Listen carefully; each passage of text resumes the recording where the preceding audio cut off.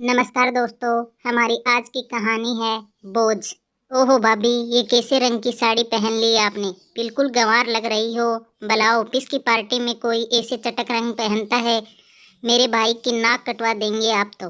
हाँ बहू, सिया ठीक बोल रही है। अरे वक्त और जगह के हिसाब से कैसे तैयार होना चाहिए, अगर तुम्हें पता नहीं है तो अपनी ननद से सीख लो। सास वंदना ने भी बेटी की बात का समर्थन करते हुए कहा। निहारिका हतप्रभ सी अपनी कुंवारी ननद और सास का मुंह देखने लगी, जो कल तो हल्का रंग पहनने पर उसे लंबा चौड़ा भाषण दे रही थी, और आज जब अपनी पसंद को दरकिनार कर उनके हिसाब से तैयार हुई तो उन्हें आज भी निहारिका ही गंवार लग रही थी। लेकिन उनसे बहस करने का मतलब था घर में तमाशा फैलाना। निहारिका की एक छोटी सी बात को सबके सामने इतना मसाला डालकर परोसा जाता था कि सबको बदह जमी हो जाती थी। निहारिका ने जाकर अलमारी खोली, लेकिन उसे समझ नहीं आ रहा था कि वह क्या पहने। मायके में सबको बताने वाली कि माँ के ऊपर कौन सा रंग जचता है, पापा के चश्मे का फ्रेम कैसा होना चाहिए, भाई का हेयर स्टाइल सही है या नहीं। वो लड़की आज ससुराल में आकर जैसे पहनने ओढ़ने का सलीका भी भूल गई थी, या फिर उसके हर काम में इतनी कमियां निकाली जाती थी। उसका आत्मविश्वास ही डगमगा गया था।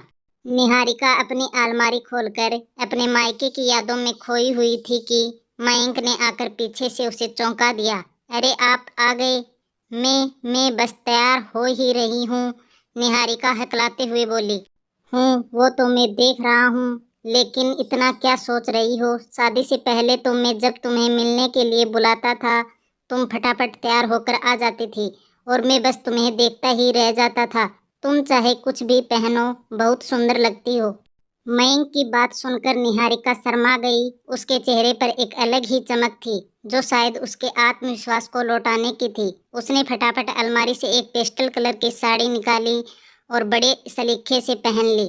साथ में लाइट ज्वेलरी और खुले बालों में वो बहुत खूबसूरत लग रही थी। मयंक ने जब उसे देखा तो देखता ही रह गया। जब निहारिका तैयार होकर बाहर निकली तो सिया को जैसे सदमा सा लग गया। अरे भाभी, ये क्या पहन लिया? हमारे घर की बहू इस तरह पार्टी में जाएगी तो लोग क्या कहेंगे?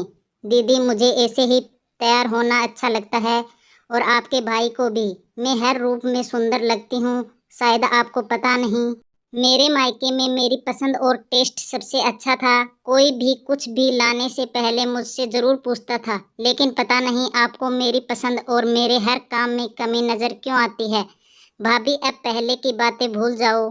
ससुराल में तो ससुराल के हिसाब से ही रहना पड़ता है। अब बहू में कोई कमी होगी तो क्या हम बोले भी नहीं? सिया खिंचते हुए बोली। हाँ दीदी, आप ठीक बोल रही हैं। एक समझदार बेटी बहू बनते ही अलहड़ हो जाती है।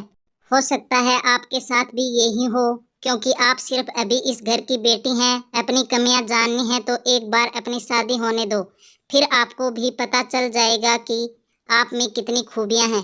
सच कहूँ तो दीदी, सबकी अपनी अपनी पसंद और हुनर होता है। एक लड़की खुशियों की तलाश में अपने नए जीवन का सफर शुरू करती है, लेकिन ससुराल में जब उसके हर काम में कमी निकाली जाती है तो उसका आत्मविश्वास टूट जाता है।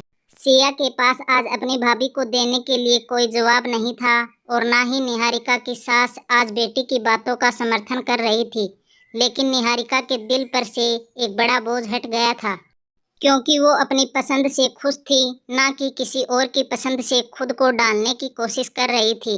वो खुशी खुशी अपने पति के साथ चल पड़ी। धन्यवाद दोस्तों।